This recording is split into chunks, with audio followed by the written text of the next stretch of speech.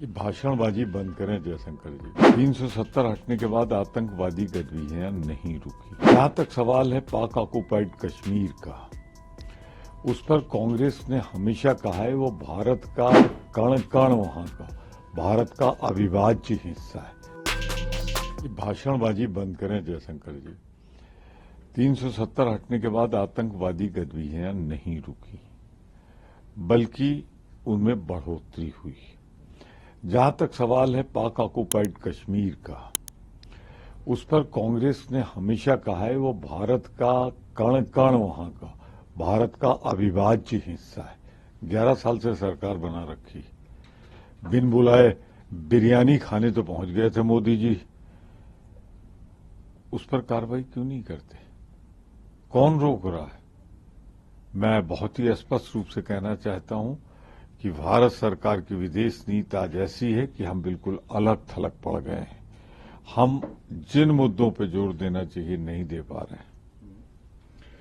Sir, था उसके बाहर खालिस्तानी समर्थकों ने उनके खिलाफ एंटी इंडिया नारे भी लगाए, उनके खिलाफ नारे लगाए। कैसे देख रहे हैं, क्योंकि ये ऐसी मुद्दा है जो बहुत मोदी सरकार ने, चाहे वो कनाडा हो, चाहे यूनाइटेड स्टेट ऑफ अमेरिका हो और यूरोप के एकाध देशों में, इनकी गलत नीतियों के कारण, इनकी मैं कह सकता हूं अपरिपक्व जो ठीक से सोची समझी नीति न हो, उसके कारण जो पूरी तरीके से आतंकवादी गतिविधियां रुकी हुई थी, अब वो फिर वहीं क्यों?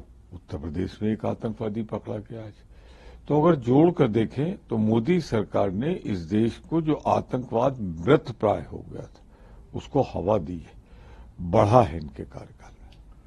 तो बात कर लेते हैं बिहार में। एक विवाद सामने आ रहा है क्योंकि नीतीश कुमार ने पहले बोला कि हमने लालू यादव को बनाया, तेजस्वी ने बोला है कि उनको जरूरत नहीं है, उनको तो खुद लालू यादव ने बनाया, प्लस तेजस्वी ने 2 बार सरकार भी बचाई। बोला परेशान हो गए, थक गए हैं मुख्यमंत्री। जब भारतीय जनता पार्टी नीतीश कुमार की जेडीयू को निगल जाने की कोशिश करती है और नीतीश बाबू आते हैं, तो हमने मिलकर भी उनसे चुनाव लड़ा, उनको बचाया, उनको मुख्यमंत्री बनाया, जिसमें आरजेडी भी थी, कांग्रेस भी थी।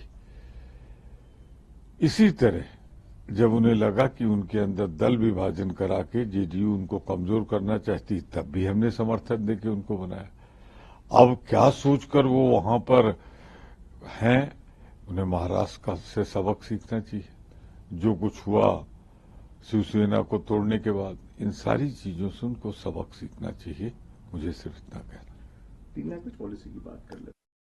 चंद्रबाबू नायडू जो आंध्र प्रदेश के मुख्यमंत्री, उन्होंने कहा है कि लैंग्वेज एक मीन्स ऑफ कम्युनिकेशन है, बाकी लैंग्वेजेस को भी रिस्पेक्ट मिलनी चाहिए और मल्टी लैंग्वेजेस को प्रमोट करना चाहिए। जैसे तेलुगु को वो प्रमोट करे, English as an international language, और हिंदी माइग्रेशन जब होता है तो उसके लिए थोड़ा शिक्षा के बारे में, भाषा के बारे में कांग्रेस ने बहुत विचार विमर्श करके जो फॉर्मूला दिया है वो आज भी लागू है।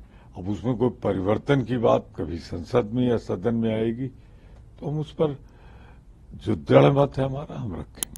आखिरी प्रश्न मेरा रहेगा डिलिमिटेशन। तमिलनाडु खासकर वो काफी ज्यादा उसमें कंसर्न उन्होंने दिखाया है और पार्टी मीटिंग भी उन्होंने बुलाई है। उनको ये खतरा है कि कम हो सकती है। केंद्र ने आश्वासन जरूर दिया है। बैठक में क्या पारित होता है, क्या निर्णय लिया जाता है, हमें उसकी प्रतीक्षा करनी चाहिए। कांग्रेस ने बहुत स्पष्ट कर दिया है कि जात आधारित जनगणना होनी चाहिए, इस पर हम बहुत साफ हैं। अगर आप ताज़ा खबरों के साथ हमेशा जुड़े रहना चाहते हैं तो अभी हमारे YouTube चैनल पंजाब केसरी दिल्ली को सब्सक्राइब करें। साथ ही Facebook और Instagram पर भी हमें फॉलो करना ना भूलें। आपका समर्थन ही हमारी ताकत है। धन्यवाद।